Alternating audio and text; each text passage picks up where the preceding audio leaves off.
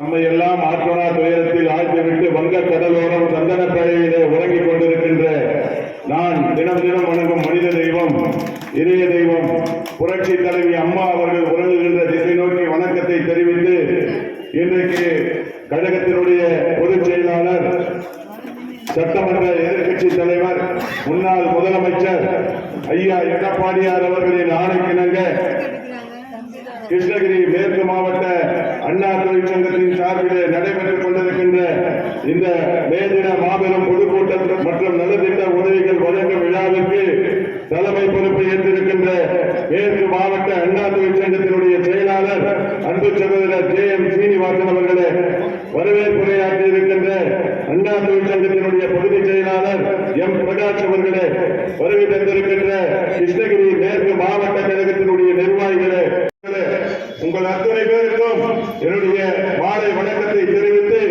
இன்றைக்கு தொழிலாளர் தினம்.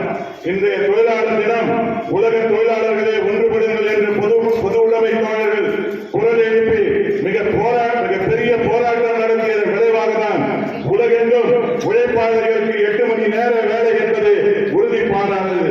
அந்த நாளான மே 1ஆம் தேதிதான் உழைப்பாளர் தினமாக ஒவ்வொரு ஆண்டும் நம்முடைய இயக்கத்தின் சார்பிலே கொண்டாடப்பட்டுக் கொண்டிருக்கின்றது. நம்முடைய கழகத்தின் நிறுவன தலைவர் பொன்மனச்செம்மல் புரட்சி தலைவர் எம்ஜிஆர் அவர்கள் உழைப்பவரே உயர்ந்தவர்கள் என்ற தாரக மந்திரத்தை தன் வாழ்நாள் முழுவதும் கடைபிடித்து எண்ணற்ற சலுகைகளை உதவிகளை வழங்கினார். உடல் உழைப்பு தொழிலாளர்களுக்கு குறைந்தபட்ச மறைந்த பொன்மனச்செம்மல் புரட்சி தலைவர் எம்ஜிஆர் அவர்கள் அமைப்பு சாரா தொழிலாளர்களுக்கு என உருவான சங்கத்திற்கு அங்கீகாரம் தந்து அவர்களுடைய வாழ்வாதாரம் உயர்வதற்கு வழிவகை கண்டவரும் நம்முடைய பொன்மனச்செம்மல் புரட்சி தலைவர் எம்ஜிஆர் அவர்கள். அது மட்டுமல்ல, ஓட்டல் தொழிலாளர் சங்கங்களுக்கு கூட அனுமதி வழங்கி அவர்கள் கோரிக்கைகளை ஏற்று நிதி உதவி வழங்கியவர் நம்முடைய அன்பு தலைவர் புரட்சி தலைவர் எம்ஜிஆர் அவர்கள். புரட்சி தலைவர் காலத்தில் தான் தொழிலிலே அமைதி நிலவியது. அவருடைய காலத்தில் தான் தொழில் தாவா ஏற்பட்டால் அதை தீர்ப்பதற்கு முத்தரப்பு பேச்சுவார்த்தைகள் நடக்கும். அந்த முத்தரப்பு பேச்சுவார்த்தைகள் எப்போதும் தொழிலாளர்கள் பக்கமே நம்முடைய பொன்மனச்செம்மல் புரட்சி தலைவர் எம்ஜிஆர் அவர்களின் அரசு நின்றது என்பதை இந்த நேரத்தில் நினைவுபடுத்த விரும்புகிறேன். அதே வழியில் தான் நம்முடைய இதய தெய்வம் புரட்சி தலைவி அம்மா அவர்களும் உழைக்கும் தொழிலாளர் வர்க்கத்தினுடைய வாழ்வு உயர நல்ல பல திட்டங்களை கொண்டு வந்து செயலாற்றினார். நம்முடைய அம்மா அவர்களுடைய ஆட்சி காலத்தில் தான் தொழிலாளர்கள் 1 லட்சத்திற்கும் அதிகமான தொழிலாளர்கள் இணைந்து பயன்பெற்றனர். சுமார் 5 கோடி ரூபாய்க்கு மேலே அந்த தொழிலாளர் குடும்பங்களுக்கு அம்மா ஆட்சியின் போது நலத்திட்ட உதவிகள் வழங்கப்பட்டன. அமைப்பு சாரா நல வாரியத்தில் சுமார் 21 லட்சம் பயனாளிகள் பல்வேறு நலத்திட்டங்கள் மூலம் பயன்பெற்றனர்.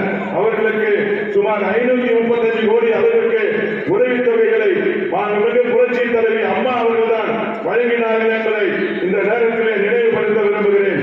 புரட்சி தலைவி அம்மா அவர்கள் ஆட்சி காலத்தில் தான் விவசாய கூலி தொழிலாளர்களுக்கு என ஒரு தனி அமைப்பை உருவாக்கி அவர்களுக்கு அடையாள அட்டைகளை வழங்கி ஏராளமான நலத்திட்ட உதவிகளை வாரி வழங்கியவர் புரட்சி தலைவி அம்மா அவர்கள் என்பதை இந்த சேர வேண்டும் என்பதற்காக ஒவ்வொரு விவசாய கூலி தொழிலாளர்களுக்கு வங்கிக் கணக்குகளை தொடங்கி அவர்களுக்கு பணம் அனுப்பி வைக்கப்பட்டது. அமைப்பு சாரா தொழிலாளர் வாரியத்தின் உறுப்பினர்கள் 60 வயதை கடந்தால் அவர்களுக்கு மாதந்தோறும் 500 ரூபாய் உதவித்தொகை முன்பு புரட்சி தலைவர் எம்ஜிஆர் அவர்களின் ஆட்சி காலத்திலே வழங்கப்பட்டது. இன்றைக்கு மாண்புமிகு அம்மா அவர்கள் அதை 1000 ரூபாயாக உயர்த்தி வழங்கிய தலைவி புரட்சி தலைவி அம்மா அவர்கள் என்பதை இந்த நேரத்தில் நான் குடும்பத்தினருக்கு வழங்கப்பட்ட 1 லட்சம் ரூபாயை மாண்புமிகு புரட்சி தலைவி அம்மா அவர்கள் 5 லட்சம் ரூபாயாக உயர்த்தி வழங்கியவர் புரட்சி தலைவி காலத்தில் தான் 2011 முதல் 16 வரை ஆகிய 5 ஆண்டுகளில் சுமார் 26,000 தொழில் தகராறுகள் முடித்து வைக்கப்பட்டன. அம்மா காலத்தில் சுமார் 11,500 புதிய தொழிற்சாலைகள் தமிழகத்தில் தொடங்கப்பட்டு 3,60,000 தொழிலாளர்கள் பயன்பெற்றனர். இப்படி நம்முடைய பொன்மனச்செம்மல் புரட்சி தலைவர் எம்ஜிஆர் அவர்களின் ஆட்சி காலத்திலும் நம்முடைய இதய தெய்வம் புரட்சி தலைவி அம்மா அவர்களின் ஆட்சி காலத்திலும் உழைக்கின்ற தொழிலாளர் வர்க்கத்திற்கு பல உன்னதமான நலப்பல திட்டங்களை தந்து அவர்களின் வாழ்வாதாரத்தை உயர்த்தினார்கள். குறிப்பாக நம்முடைய பொன்மனச்செம்மல் புரட்சி தலைவர் எம்ஜிஆர் அவர்கள் கிராம தொழில்கள் மீது தனி அக்கறை செலுத்தினார். தோல் தொழில், காலனி உருவாக்கும் தொழில், வன தொழிலான தேனி வளர்ப்பு தொழில், மண்பாண்ட திருவள்ளூரில் சிறுதொழில்களுக்கு அதிக ஊக்கத்தொகையும் மானியமும் வழங்கி கிராம பகுதியினுடைய தொழில் வளர்ச்சிக்கும் தொழிலாளர்களின் வாழ்வாதாரத்திற்கும் உதவியவர்தான் பொன்மனச்செம்மல் புரட்சி தலைவர் எம்ஜிஆர் அவர்கள். அந்த காரணத்தினால்தான் 1977, 1980, 1984 என 3 சட்டப்பேரவை தேர்தல்களிலும் தொடர் வெற்றியை பெற்று 10 ஆண்டு கால சிறப்பான ஆட்சி நடத்தியவர் புரட்சி தலைவர் எம்ஜிஆர் அவர்கள் என்பதை இந்த நேரத்திலே நான் சுட்டிக்காட்ட விரும்புகிறேன். ஆட்சி நடத்திய நம்முடைய சேலம் கண்ட இரும்பு மனிதர் புரட்சி தலைவர் எடப்பாடியார் அவர்களும் தொழிலாளர்களின் நலனுக்காக அவர்களின் வாழ்வாதாரத்தை உயர்த்துவதற்காக எண்ணற்ற பல நல்ல திட்டங்களையும் நிதி உதவிகளையும் வழங்கினார். நம்முடைய எடப்பாடியார் அவர்கள் ஆட்சி காலத்தில் முதல் 2 ஆண்டுகளிலே 5000க்கு மேற்பட்ட தொழில் தாவாக்கள் முடித்து வைக்கப்பட்டது. இதனால் 2 லட்சத்திற்கு மேற்பட்ட தொழிலாளர்களின் உரிமை மற்றும் பணி பாதுகாக்கப்பட்டது.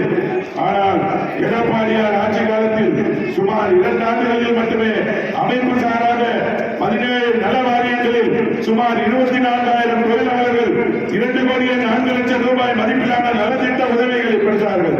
அந்த காலகட்டத்தில் 3760 தொழிற்சாலைகள் இன்றைக்கு தமிழகத்திலே உருவாகி புதியதாக 1,12,000 தொழிலாளர்கள் பயனடைந்தனர்.